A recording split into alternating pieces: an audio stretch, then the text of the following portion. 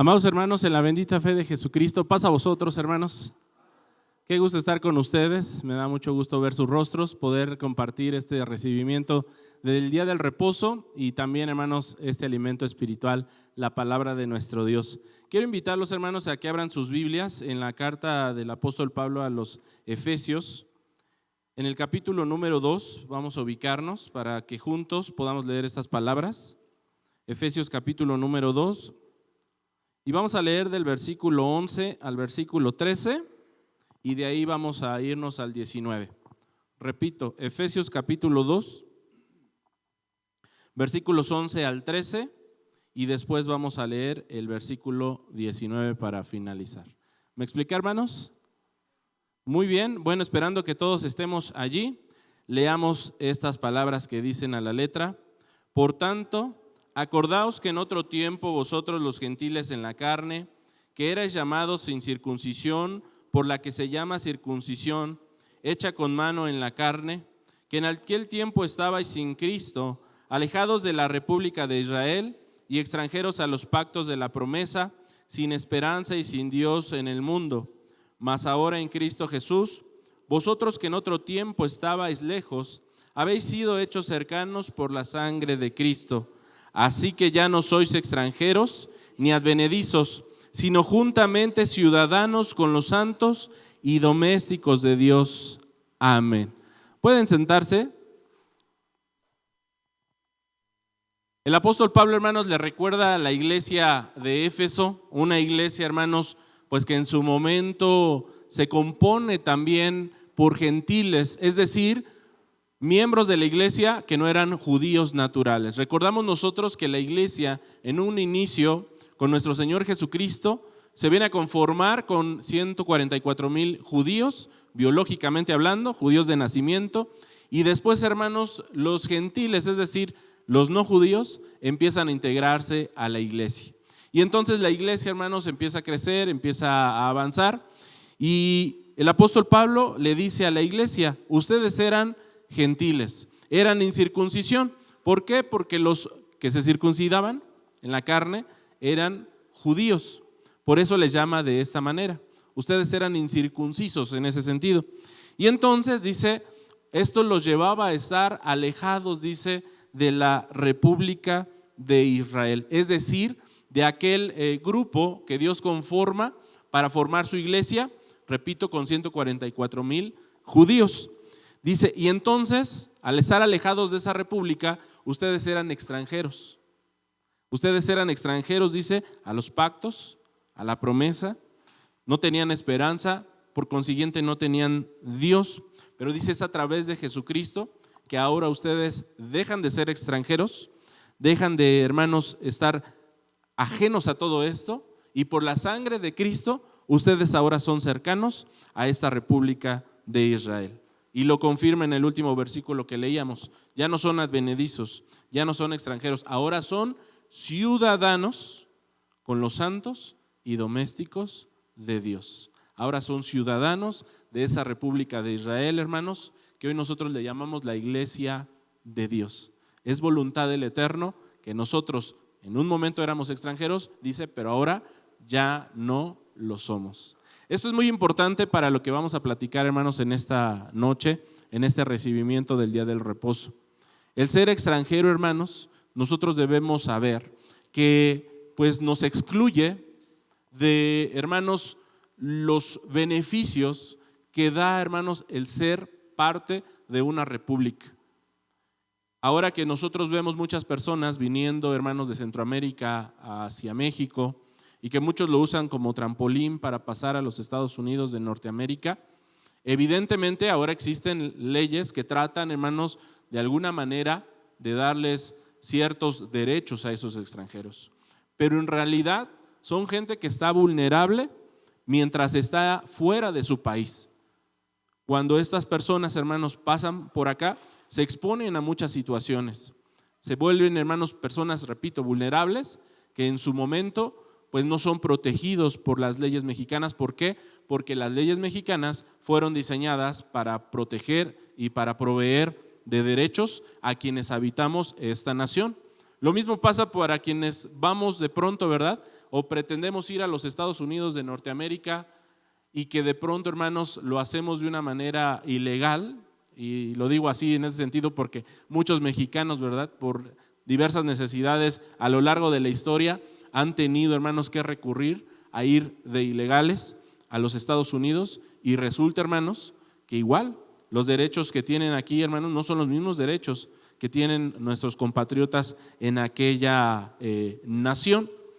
Bueno, hoy, hermanos, vamos a hablar del corazón de Dios. Así es, este es el título que le he dado a este tema. Pero hay un subtítulo y es: Él ama al extranjero. Entonces nuestro tema es el corazón de Dios y como subtema, Él ama al extranjero.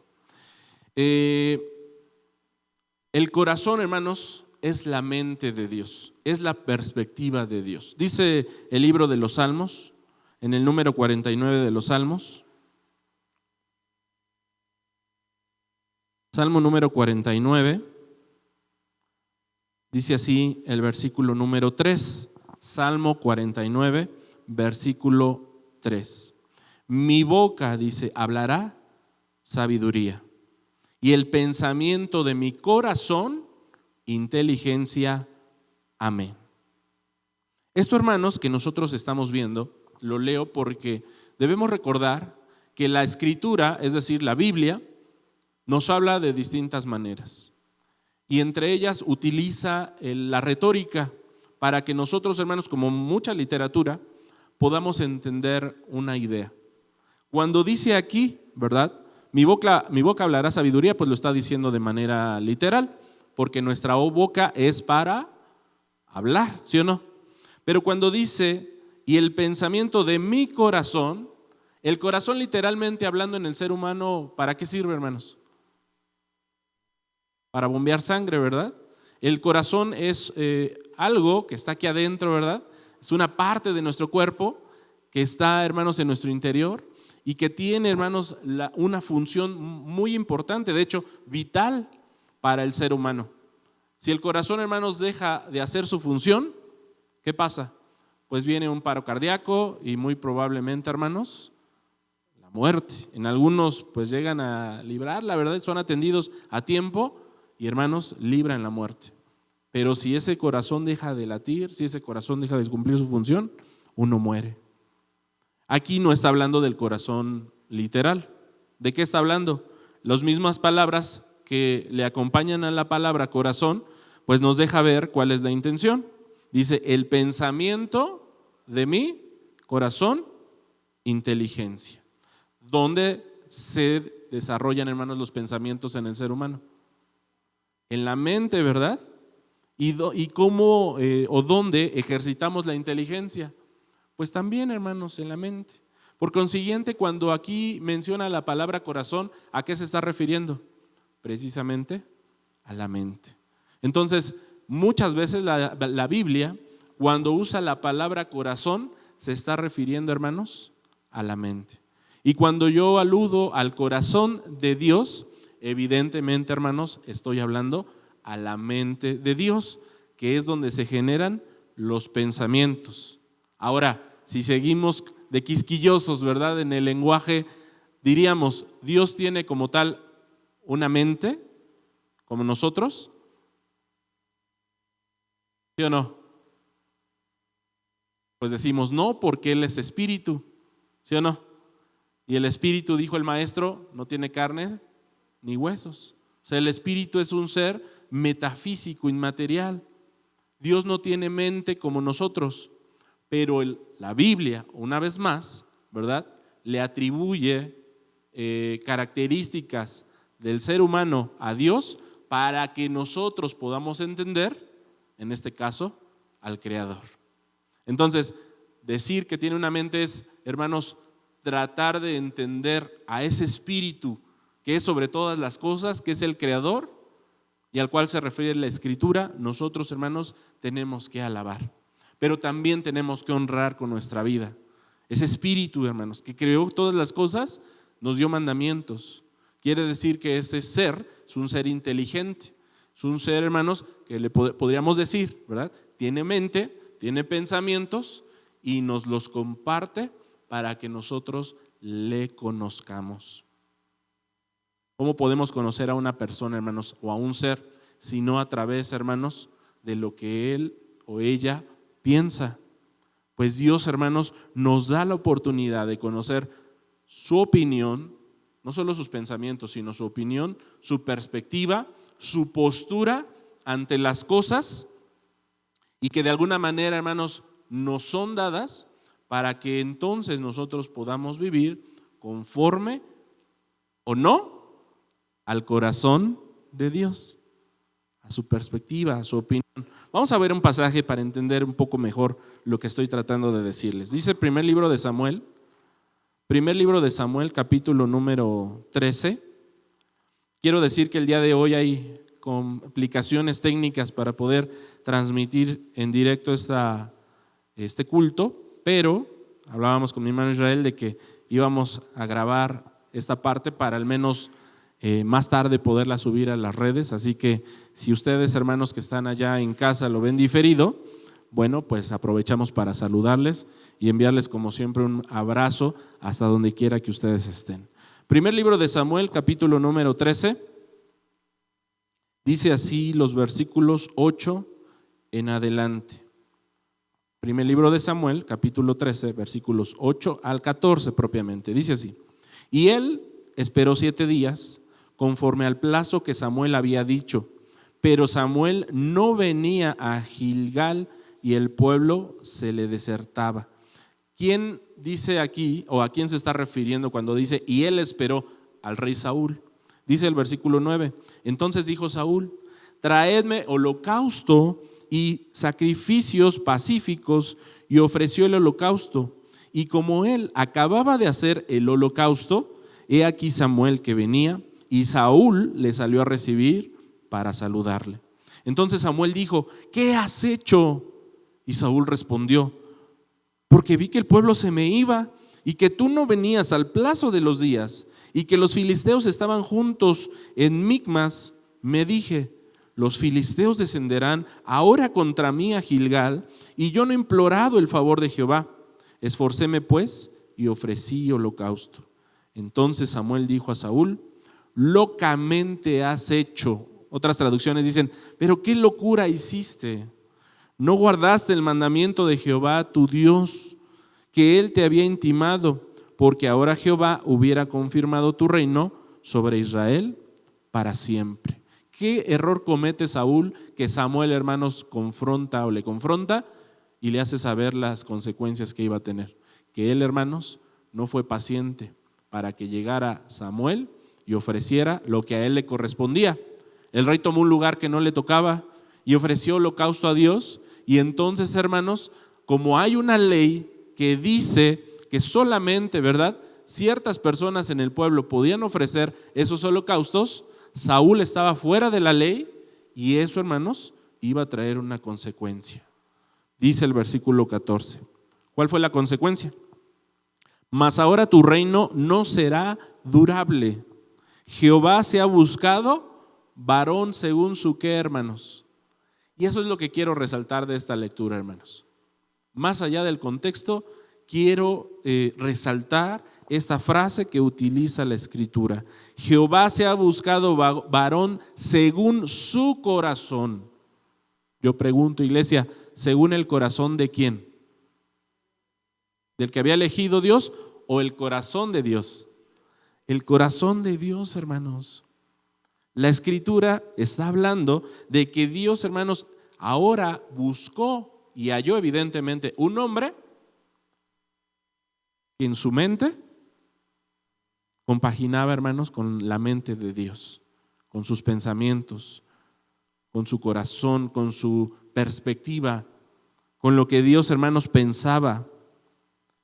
Y evidentemente, si Dios ha impuesto mandamientos que Saúl, hermanos, quebranta porque había dejado de guiar su corazón conforme al corazón de Dios, el que vendría para sustituir a Saúl dice que él tenía un corazón dispuesto a alinearse con el corazón de Dios.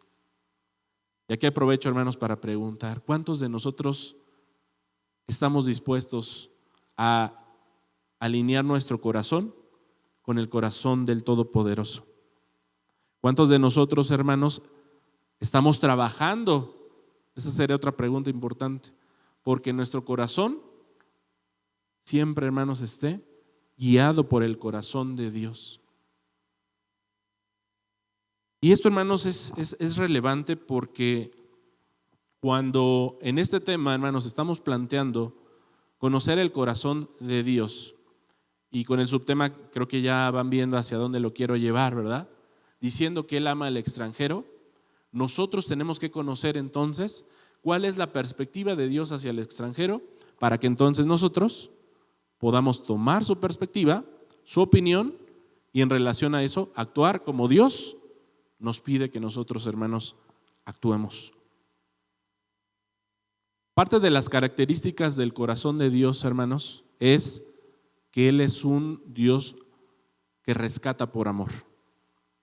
Vuelvo a decirlo, hermanos, esto es importante. Dios tiene un corazón que rescata por amor. Dice Éxodo capítulo número 20.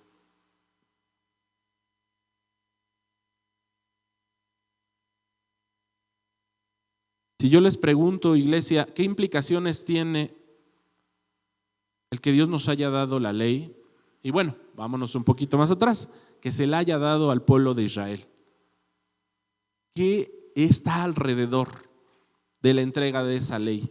Dice Éxodo capítulo número 20, que es donde nosotros encontramos los 10 mandamientos. Éxodo capítulo 20 nos narra cómo se dio ese acontecimiento.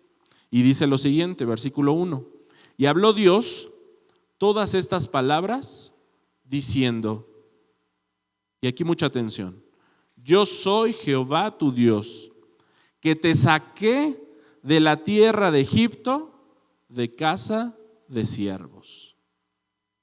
Y entonces empieza a pronunciarse respecto a lo que conocemos como los 10 mandamientos. No tendrás dioses ajenos delante de mí, etcétera, etcétera, etcétera. Esto es muy importante, hermanos. Esto que estamos leyendo, antes de considerar los 10 mandamientos, tenemos que considerar lo que está argumentando el Creador. Yo siempre he dicho, Dios no es un padre común, porque nosotros como padres carnales, terrenales, muchas veces queremos imponernos, ¿sí o no? Y decimos, a ver, aquí se hace en mi casa lo que yo digo porque soy, ¿qué cosa? Tu padre, ¿no? O en el caso de la mamá también pasa, porque soy tu madre y se acabó. Dios, hermanos, tiene toda la autoridad para haber dicho, ustedes van a cumplir con los 10 mandamientos porque soy Dios, pero Él no es como nosotros. Él nos da, hermanos, argumentos y de verdad que el argumento que le va a dar a su pueblo no es cualquier cosa. Dentro de la tradición judía, ellos, hermanos, cuando Dios entrega los 10 mandamientos, lo presentan o lo entienden como una boda judía, donde Dios se presenta como el marido y, hermanos, el pueblo como la mujer que va a Dios a tomar. ¿Por qué? Porque el matrimonio, hermanos, o una boda, tiene la intención de que allí se desarrolle un pacto. ¿Sí o no? Hasta en nuestra sociedad, cuando nosotros nos vamos a casar, no podemos decir que estamos casados si no hay un papelito que lo avale, ¿sí o no? Un papel que ante los jueces estén firmado, haya testigos de que, hermanos, se ha hecho ese pacto delante de Dios. Si no existe eso, se le puede llamar de muchas formas, pero eso no es un matrimonio, porque no hay un pacto de por medio. No hay algo que lo avale. Dios, hermanos, justamente establece un pacto con su pueblo. Por eso es que, repito, en la tradición judía, esto lo ven como una boda. Cuando Dios se presenta en el Sinaí y le dice a Moisés, prepáralos hoy y mañana, porque al tercer día les voy a dar mandamientos. Voy a hacer un pacto con ustedes. Ustedes van a hacer el tesoro de entre todos los pueblos y yo voy a ser su Dios. ¿Por qué resalto esto? Porque en un pacto existen dos partes, ¿sí o no? no solamente una. Igual, hermanos, por ser Dios, Él bien podría decir, ustedes cumplan y se acabó, ¿no? No tengo por qué yo hacer más. Pero fíjense, hermanos, hace 8 días platicaba con los jóvenes allá en Vallejo sobre cierto tema y reflexionábamos en la vida de Abraham, cómo es que en su momento, hermanos, Abraham, pues en el contexto en el que él estaba, hemos considerado siempre que era un contexto de paganismo, una familia idólatra. Y en aquellos tiempos, hermanos, para poder entender, hermanos, a Dios, no tuvo que haber sido fácil para Abraham. Él estaba influenciado por el pensamiento del paganismo de su tiempo. Y los dioses se entendían en aquel tiempo como dioses, por decirlo de alguna manera, egoístas, que no estaban, hermanos, interesados en la humanidad. Esa era la idea, hermanos, respecto a los dioses. Sin embargo, hermanos, cuando Abraham conoce a este Dios, lo va descubriendo y se da cuenta que este Dios, hermanos, el Dios de Abraham, de Isaac y de Jacob, Dios nuestro, es un Dios que está totalmente interesado en el ser humano, al grado de que Él está dispuesto de cambiar el transcurso de los eventos naturales por beneficiarnos. Eso es una grande diferencia, hermanos, entre el Creador y los dioses que diversas culturas, hermanos, tienen. Lo digo por lo siguiente, hermanos. Regresando al versículo que estábamos leyendo, Éxodo capítulo 20, dice el versículo 2, yo soy Jehová tu Dios, porque te saqué, ¿sí?, de la tierra de Egipto, de casa de siervos. ¿Cuántos años estuvieron los israelitas cautivos en Egipto, hermanos? Pues todo depende desde qué momento se cuente, ¿no? Pero se cuenta, se da un margen de 430 años, ¿sí? Otro margen se da de 215.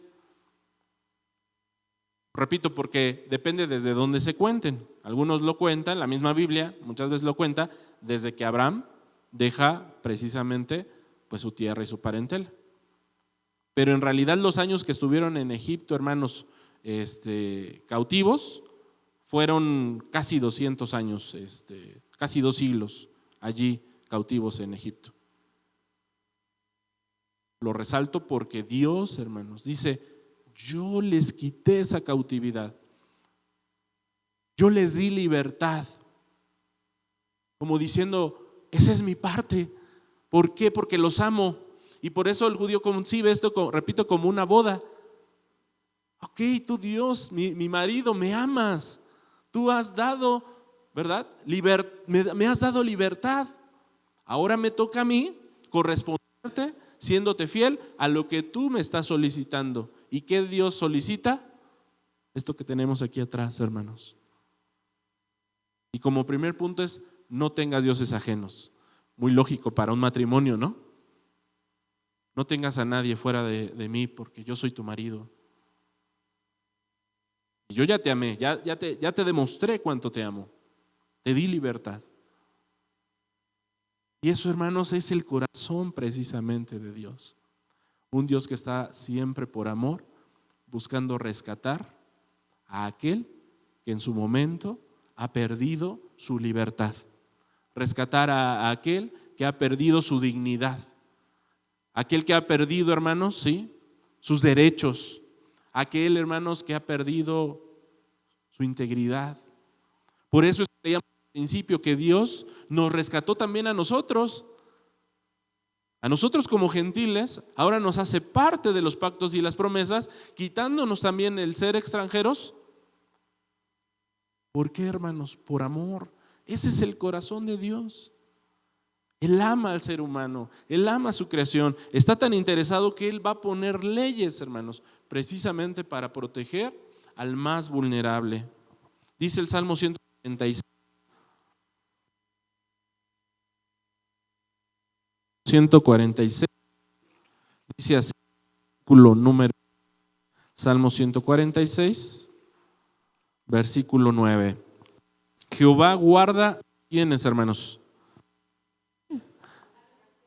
Jehová guarda. ¿Qué es guardar? Cuando dice guardar la Biblia se refiere a cuidar. Jehová cuida a los extranjeros, pero también ¿a quién? Al huérfano y a la viuda levanta, y el camino de los impíos trastorna. Mañana, si Dios lo permite, o mejor dicho este día por la parte clara, vamos a hablar de la ley que Dios, hermanos, establece en cuanto a los huérfanos y a las viudas. No vamos a hablar del extranjero, por eso hoy estoy hablando de los extranjeros, porque, hermanos, resulta que en la Biblia, siempre que ustedes vean que Dios se refiere o se pronuncia a los huérfanos y a las viudas, también lo hace hacia el extranjero. La mayoría de los versículos que hablan del huérfano y la viuda incluye al extranjero.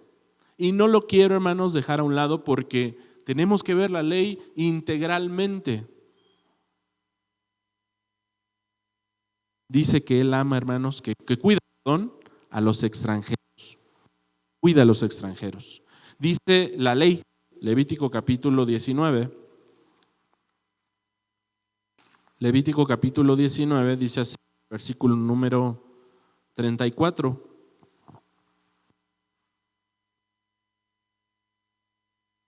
Y Él vuelve a dar, hermanos, razones por qué da sus leyes. Dice el versículo 34, como a un natural de vosotros, le dice al pueblo de Israel, como a un natural de vosotros, ¿tendréis a quién? Al extranjero que peregrinare entre vosotros. Dios, anticipándose a que los israelitas iban a recibir una tierra por heredad, dice, cuando ustedes estén en esa tierra tienen que cumplir estos mandamientos. Y estando ya establecidos, evidentemente ustedes van a tener leyes que los van a regir, que les van a beneficiar, como toda sociedad. Dice, y una vez estando allá, a los extranjeros, ustedes los tienen que tratar como si fueran de la nación. Y ámalo, dice, ¿a quién? Al extranjero, y ámalo como a ti mismo. ¿A qué nos suena esta frase como a ti misma? ¿O a qué parte de la ley? Amarás a tu prójimo como a ti mismo. Si bien es cierto, hermanos, cuando hablamos del prójimo, ¿verdad? Decimos, ¿quién es el prójimo? Pues el que es del pueblo, el que es de la iglesia, sí. Pero eso no quita que nosotros, hermanos, tengamos que también amar al que no es del pueblo. Claramente la intención está en Dios, que nosotros, dice, y así lo dice claro, ámalo como a ti mismo. ¿Por qué razón? Porque peregrinos fuisteis en la tierra de Egipto, yo Jehová, vuestro Dios. Dios es justo, hermanos, y a Dios en ese sentido no se le escapa nada. Le dice al pueblo, a ver, entiende y reconoce y no olvides nunca que tú fuiste extranjero en un pueblo llamado Egipto. Tan extranjero fuiste que estuviste como esclavo. ¿Por qué? Porque las leyes a ti no te beneficiaban, te tenían abusado, vulnerable. Y sin embargo, ahora ya vas a tener nación, ahora ya vas a tener bandera, ahora ya vas a tener patria. Cuando la tengas, no olvides de dónde vienes, porque yo te rescaté, yo te amé. Y yo te pido que así ames tú a quienes en su momento estén en la condición en la que tú estuviste. Es muy fácil olvidarnos de dónde venimos, hermanos. Recuerdo que cuando estaba por entrar el presidente anterior en los Estados Unidos, ¿verdad? Que empieza con T y termina con P su apellido, no quiero decirlo, ¿verdad? Para no comprometerme.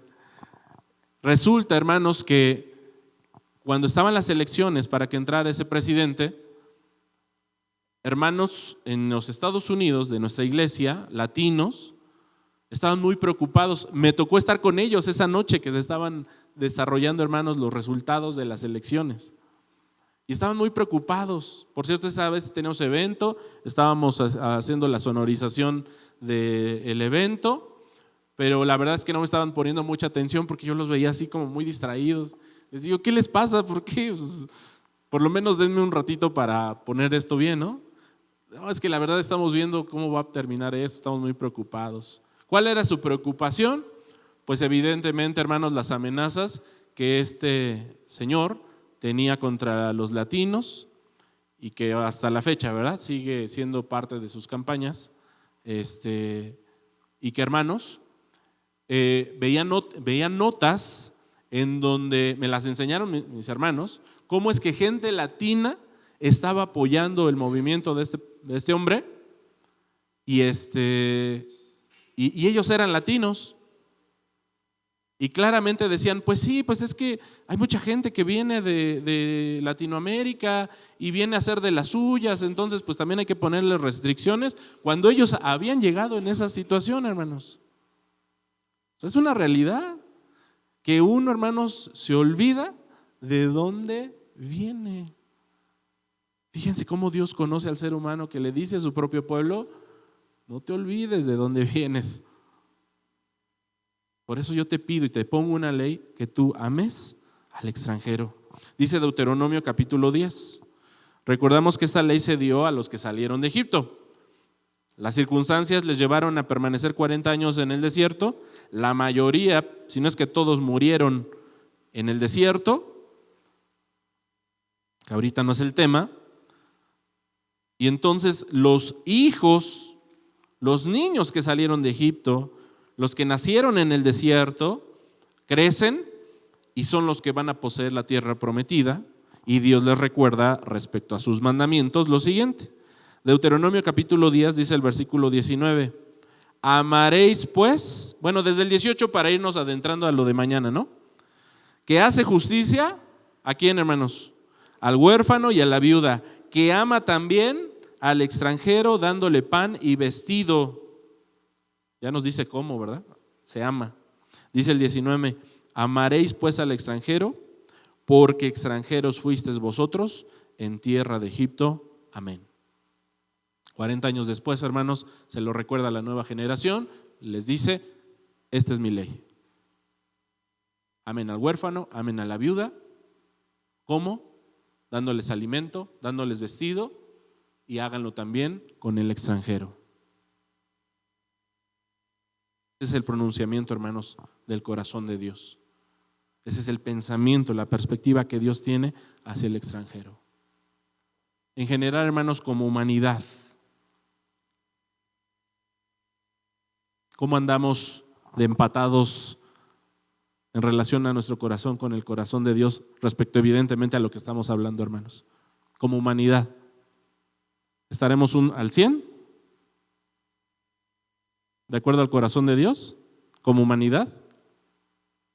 No, ¿verdad? ¿A un 50? Me voy ya de una vez porque pues creo que ni al 50, ¿no? O sea, si lo vemos a nivel mundial, hermanos, la mayoría, hermanos, de las naciones no se quieren hacer cargo del extranjero. Lo vemos en otros continentes también, no solo aquí pasa, donde, hermanos, por guerras, muchos salen de sus naciones buscando asilo, y hermanos, pues hay un rechazo total. Por eso les decía, como humanidad, ¿cómo estamos en relación al alineamiento que debiera existir al corazón de Dios? Creo que estamos muy ajenos a ello, ¿verdad? Fíjense qué importante es hablar en estos tiempos de esto, poder alcanzar, hermanos, un corazón como el de Dios, porque esa es la meta de todo esto. Repito, alcanzar un corazón como el de Dios. Si Dios dice ama al extranjero, tenemos que entender, según Dios, que es el amor. Porque cuando nosotros decimos, ¿verdad? ¿Qué es el amor? Pues el amor es un sentimiento, ¿no? Y lo dejamos como muy por encimita las cosas. Dios dice al respecto, hermanos, Efesios, ya se los he compartido en otro momento, pero viene bien recordarlo. Efesios capítulo número 5, y aunque ya lo expresó de alguna manera en la misma ley, ahorita van a ver en qué sentido, quiero que veamos qué piensa Dios o cómo define Dios el amor. Y va a usar al apóstol Pablo. Y lo emplea en un caso que es el matrimonio.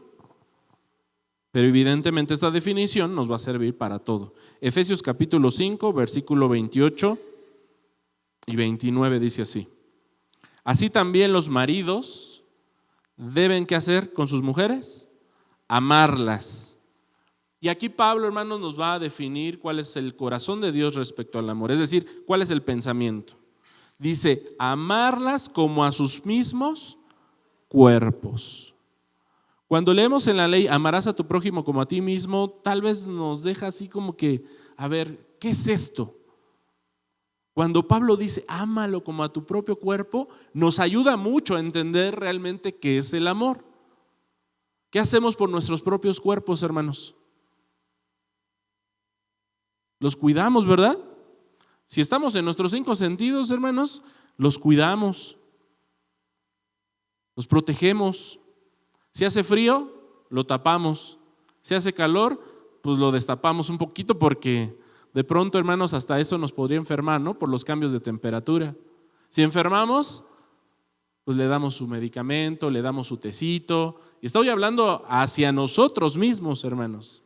Cosas que naturalmente hacemos, porque así debería ser el amor, algo natural. Algo que tú decides hacer por ti mismo, dice, es lo que tienes que hacer por el otro. Un punto es cuidar, proteger. ¿Qué otra cosa hacemos por nosotros mismos? Nos proveemos de lo que necesitamos. Este cuerpo para sobrevivir, tiene que hacer ¿qué cosa, hermanos? Alimentarse. Algo básico y vital es alimentarse. Y para poder tener ese alimento, hermanos, ¿qué tenemos que hacer? Para que este lindo cuerpecito se alimente. Tenemos que trabajar. Bueno, eso se llama provisión, proveer. ¿Qué hacemos por estar sanos acá, hermanos? ¿Qué hacemos por tener una salud emocional, mental? ¿Qué hacemos? Pues también, hermanos, le proveemos, ¿no? Yo ahí quiero usar otro término, guía o enseñanza, ¿sí? Dejémoslo en guía. Nos damos una guía a nosotros mismos de qué nos puede tener sanos en nuestra mente, en nuestras emociones, en nuestra espiritualidad, que eso es también importante. Nos guiamos a nosotros mismos. ¿Y con qué nos guiamos, hermanos? Con la palabra de Dios. Nos guiamos de las personas que están preparadas para ayudarnos en nuestras emociones, ¿sí o no? Eso también es importante. Entonces, amar es eso, es proteger, proveer y guiar. Podríamos ponerle más palabras, pero dejémoslo en esas 3 que creo que nos pueden ayudar a entender muy bien qué es amar. Amar, hermanos, no es solo lo que sientes, porque lo que sientes lo dejas de sentir y se acabó. Por eso sucede, ¿verdad? Hablando ahora con esto del tema de los matrimonios, que hay tantos divorcios. ¿Por qué? Pues porque, es que ya no siento lo mismo por esa persona. Ya no siento lo mismo, ya no, las maripositas se acabaron y pues ¿quién te dijo que eso iba a ser para toda la vida? Si eso te dijeron, pues seguramente te contaron una historia hollywoodense o algo por el estilo, porque el amor es esto. Y por ende, el hacer esto es una decisión que está en ti tomar o dejar de hacer. Eso es el amor según el pensamiento de Dios. Ahora entonces, si esto lo llevamos al extranjero, ¿cómo se ama al extranjero? Aunque ya lo vimos en la ley, ¿no? Hay que darle de comer, hay que darle el vestido. ¿Eso cómo se llama? Proveer. Si el extranjero, y adelantándome un poquito a lo de mañana, ¿no? Huérfano y la viuda, están, hermanos, vulnerables. ¿Qué hay que hacer? Pues buscar que se les proteja, ¿no? Que se les dé un derecho. Por eso existe esa ley. Para que nosotros, hermanos, seamos los que propiciemos que ese extranjero tenga, hermanos, algo que le haga digno, porque es lo que hizo Dios por nosotros. ¿O no nos proveyó? ¿No nos protegió? ¿No nos ha guiado? Dice, pues no te olvides de lo que yo hice por ti, porque eso es lo que ahora te toca hacer por el otro. Y fíjense lo maravilloso de este Dios. Les decía yo, a diferencia de los dioses en que se ha creado el mundo, este Dios, hermanos, que es real, que es un ser, que es una entidad inteligente, dice, ¿sí?, que Él nos ama. Pero ¿cómo nos ama? Cuando nosotros, yo les hablaba del texto que decimos cuando comemos, los ojos de todos esperan en ti y tú les das su comida en su tiempo. A veces, ahí dice, y abres tu mano y colmas de bendición a todo viviente. Si ustedes recuerdan, bueno, a los que alguna vez escucharon esa predicación, yo les decía, no esperemos a ver que de pronto una mano del cielo, ¿verdad?, descienda y provee a todos los que están en necesidad. Tendríamos que pensar, hermanos, ¿quiénes vamos a hacer esa mano para que Dios provea al que tiene esa necesidad? Porque al final de eso se trata. Y en ese sentido, nosotros somos esa mano cuando dice Dios, ama al extranjero. Nosotros somos los indicados para que del cielo venga la bendición a través de nosotros. Hay otro canto muy bonito que me viene a la mente, ¿no? Hazme una fuente de... ¿Cuántos de nosotros, hermanos, somos fuente de bendiciones? Y no nos damos cuenta que nos estamos perdiendo de una oportunidad maravillosa que le da significado a la religión. Fíjense lo que estoy diciendo, porque hay un texto que lo dice claramente. Lo que le da significado a la religión, hermanos, a la fe, a la iglesia, es esto, hermanos. Cuando nosotros amamos al prójimo, cuando le proveemos, le protegemos y lo guiamos. Y si hoy nos está diciendo Dios al extranjero, ámalo, entonces, hermanos, no hay más que actuar y ver sus necesidades. Creo que hoy, hermanos, más que nunca, tenemos la oportunidad de cumplir con esta ley, literalmente hablando. Yo espero que ya nos haya quedado claro que las leyes, hermanos de Dios, son vigentes, todas. Unas están en transición, ¿sí? Otras, pues por el contexto en el que vivimos, ¿verdad?, tampoco podemos contraponernos a las leyes que nos rigen, porque hasta eso Dios nos enseña a cumplir con las leyes que rigen nuestra sociedad. Pero de ahí afuera, hermanos, lo que no se oponga con las leyes que nos rigen, hermanos, nosotros estamos obligados a cumplirlas. Y si esta ley dice ama al extranjero, hoy, hermanos, tenemos una maravillosa oportunidad aquí en México para cumplir con eso. ¿Sí o no? Porque extranjeros hay, creo, no sé si más que nunca, pero al menos en lo que llevo de vida, nunca había visto tantos extranjeros, hermanos, en este país. Tenemos la oportunidad, hermanos, de verdad maravillosa de que no solo nosotros, sino de que nuestra familia, a nuestros hijos, hermanos, enseñarles a amar a aquel que está vulnerable. Porque Dios para eso nos trajo aquí, hermanos, para hacer sus manos, para hacer su corazón, para hacer sus ojos. Y si con estos ojos, hermanos, estamos viendo la necesidad, hay que atenderla. Todos, estoy seguro que tenemos un extranjero cercano, si no es que varios, a los cuales, hermanos, podemos acercarnos y decirle, oye, ¿cómo te puedo ayudar? ¿Qué necesitas?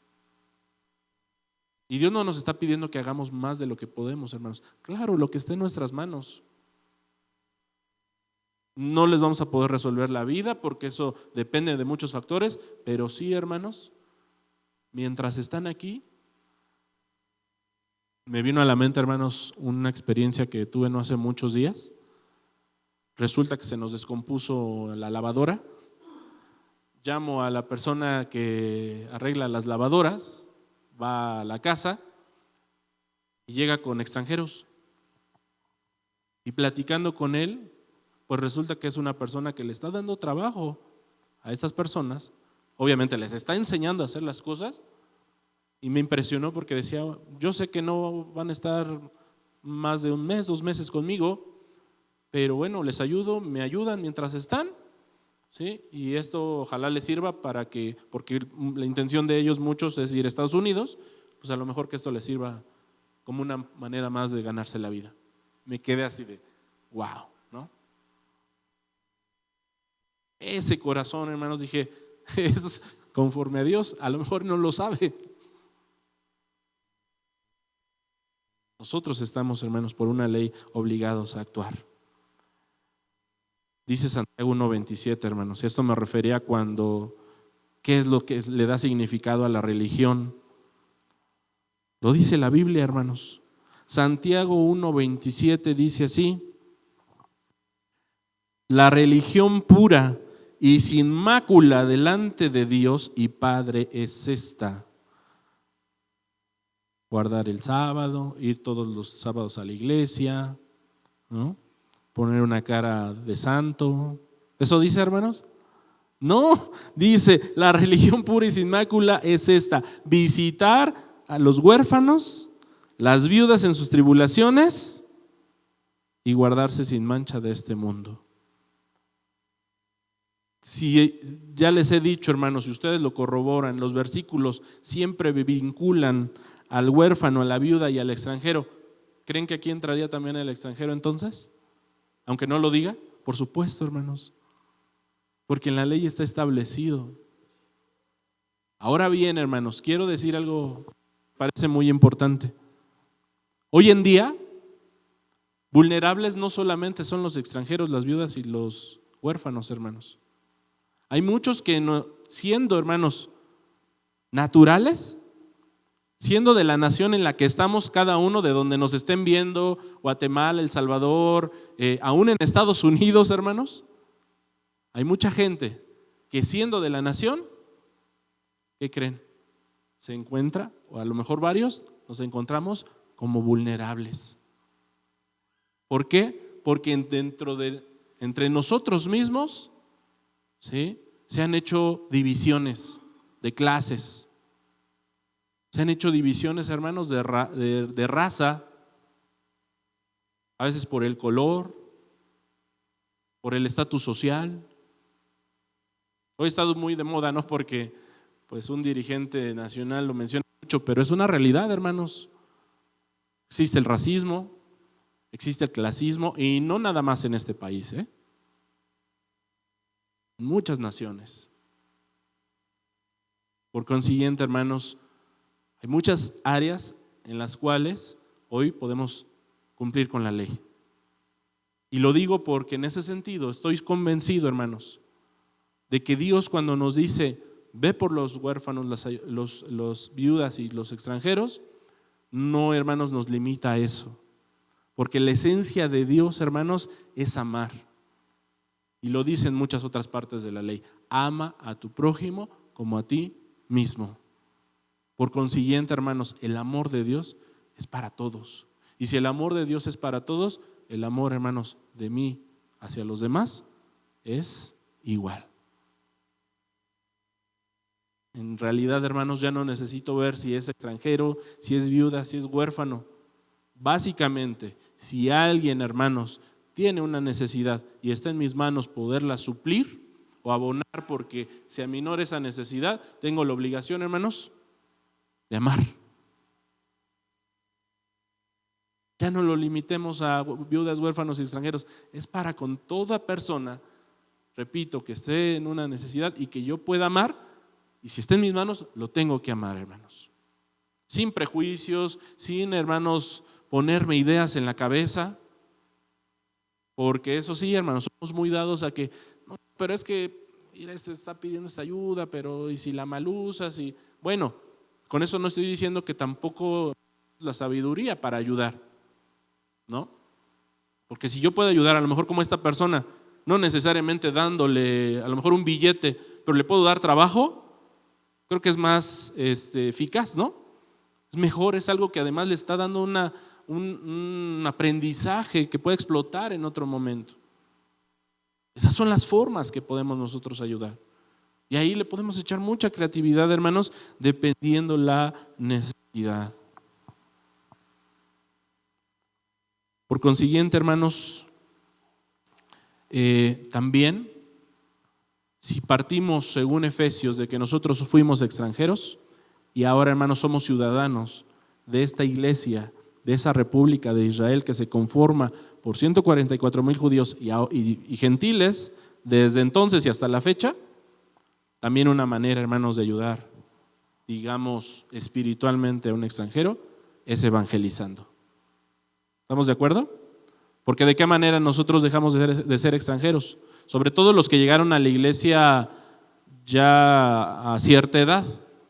Algunos tenemos la grande bendición desde que nacimos, estamos en la iglesia.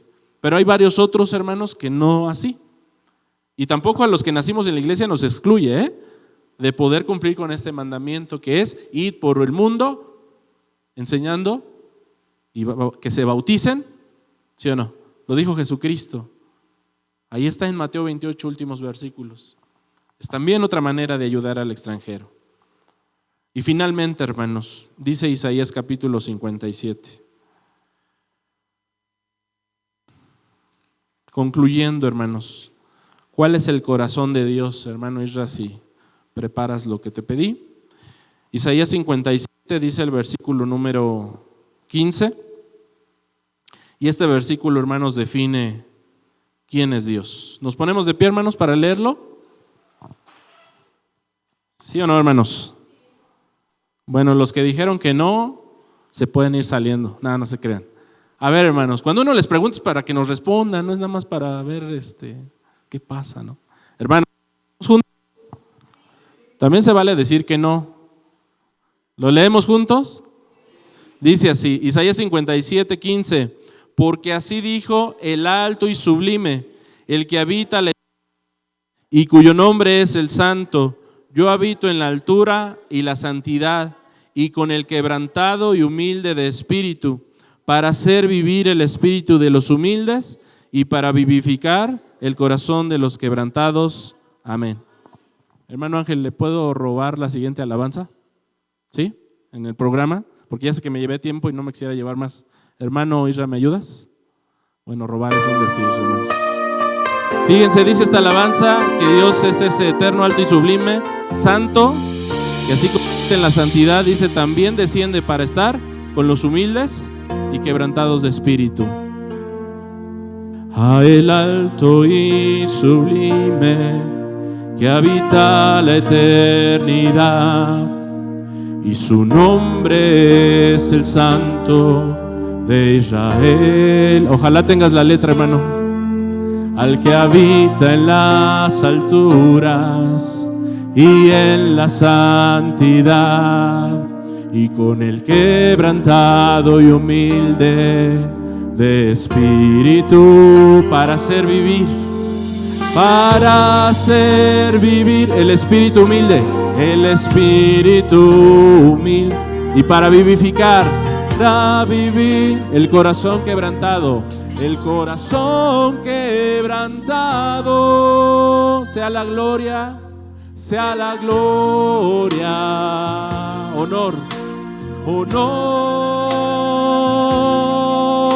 alabanza y poder al que reina por los siglos,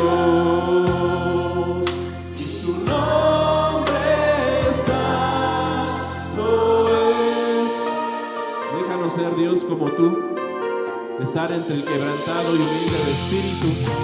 Enséñanos a tener tu corazón, amar como tú amas, bendito Dios. Cántale al Señor y dile: a el alto y sublime